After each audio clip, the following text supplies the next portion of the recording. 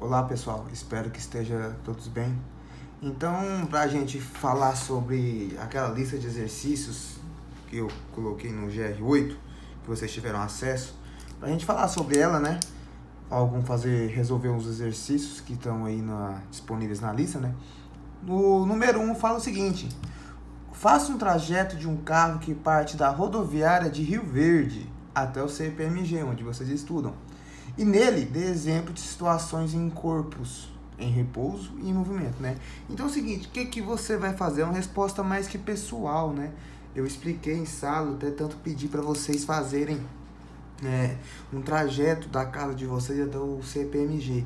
Então o que vocês vão fazer? Né? Eu coloquei aqui pessoal, explicado, né? Explicado em sala.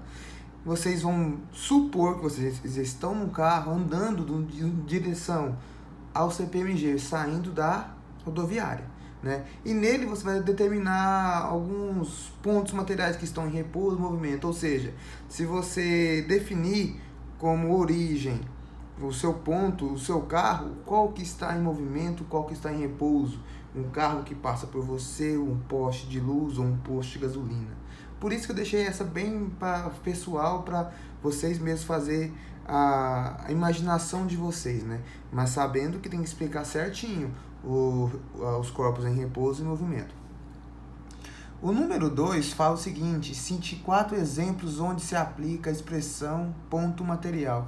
Então, o que é o ponto material, né? É o local onde o fenômeno ocorre. É muito pequeno comparado ao espaço onde acontece o fenômeno. Então, vamos pensar. Eu dei exemplos aqui. O barco navegando em um rio, né? O barco é muito pequeno comparado ao fenômeno onde ele está ocorrendo, que não é no rio, né? Igual o avião voando, um pássaro voando e as nuvens no céu, né? Na sala nós tivemos um exemplo sobre um barco navegando no mar. Então é o seguinte, o barco navegando é o fenômeno onde está ocorrendo. Agora, o local onde ele ocorre é muito grande comparado a onde esse fenômeno ocorre. Por isso que são expressões pequenas como o barco, o avião, um pássaro e as nuvens. Esses aqui são os fenômenos. O local onde ocorre: o barco navegando em um rio, o avião voando no espaço, um pássaro voando no ar, no espaço, né? As nuvens no céu. Concordam? Número 3. Tomando Rio Verde como ponto de origem, quais serão as distâncias? Né? Utilizar a internet para saber a distância entre as cidades e faça um mapa interligando as cidades, colocando a distância entre elas. Então pensam comigo, né? Vocês façam aí de um jeito que achar melhor. Talvez vocês acharam meio bagunçado o meu, né? Rio Verde seria nosso ponto de origem, né? De Rio Verde até Jataí temos 90 km.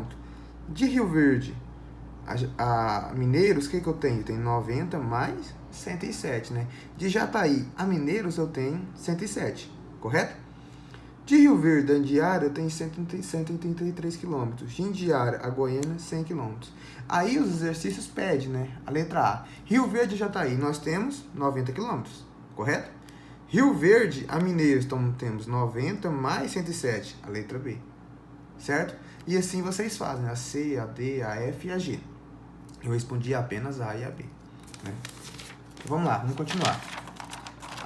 Número 4. Sobre a trajetória orientada na figura abaixo, estão representados os pontos M, N, O e P, né? Determine as posições correspondentes a esse ponto, considerando como origem dessa trajetória o ponto P, né? Então aqui nós temos o ponto P. Então, como origem, meu ponto sempre vai ser 0, né? O meu SO vale menos 40 km, porque está à esquerda, concorda?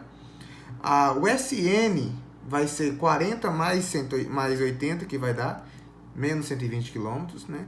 O SM, que é a posição M, seria 40 mais 80 mais 60 km, que daria menos 180 km. O negativo significa o sentido. Lembram disso? A letra B pede o ponto médio de N e 0. O que representa esse ponto médio? Então, o que você vai fazer? Você vai fazer uma média entre o ponto 0, o ponto O e P, né? Então, entre O e P, nós temos, não 80, nós temos, eu escrevi errado, nós temos 40. Então vai ser, o ponto médio vai ser 20 km. Vou arrumar direitinho aqui. Então, OP vai ser 40 sobre 2, que vai ser 20 km. Correto? O que representa o meu ponto médio? Representa o segmento de algum trecho, exatamente em seu meio, tendo dois segmentos iguais, ou seja, 20 km para a esquerda e 20 km para a direita. Beleza? 5. Uma bicicleta,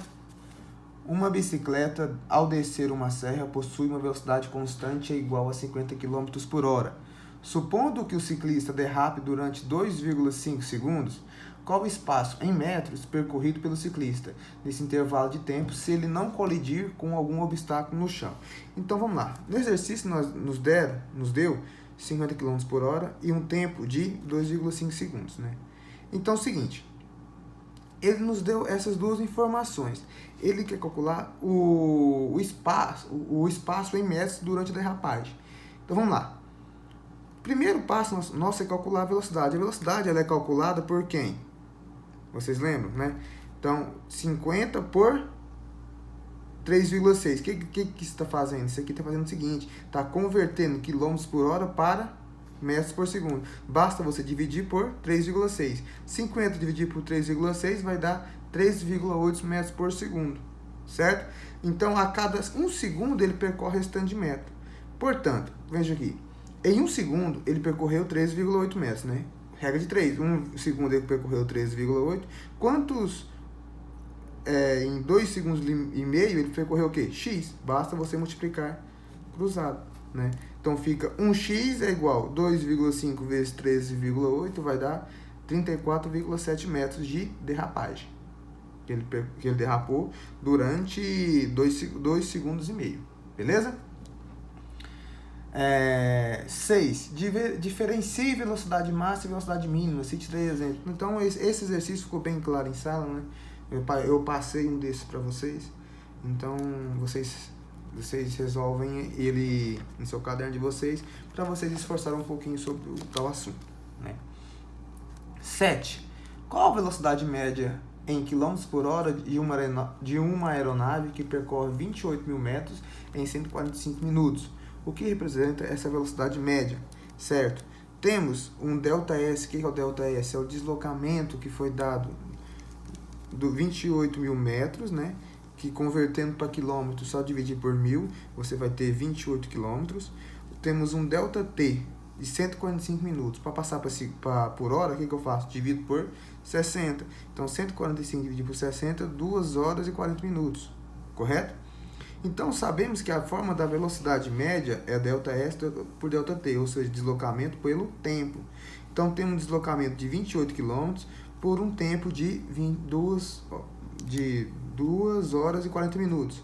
Resolvendo essa expressão, você vai obter 11,6 km por hora, que é o resultado pedido pelo exercício. Né? Aí, novamente, a número 8 é um desafio, né?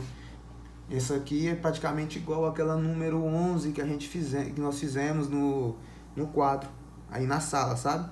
Número 11 é a número 18, se eu não me engano. Aquela do ciclista descendo a serra e subindo a serra, dos 2 barcos, lembra? São aquela, né? Parecido com essa. Então, para vocês resolverem aí. A 10 fala o seguinte: a respeito do conceito ponto material, é incorreto afirmar, ou seja, nós vamos marcar as respostas que estão erradas. Letra A. Uma formiga é certamente um ponto material? Sim.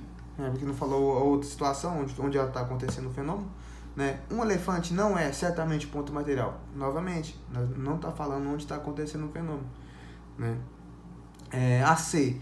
Um carro manobrando uma garagem é um ponto material? Não, porque uma garagem é muito pequena. E o carro também é consideravelmente grande. Né? D. Um carro numa estrada fazendo uma viagem pode ser considerado ponto material? Sim, porque a estrada é muito grande e o carro é muito pequeno comparado com ela.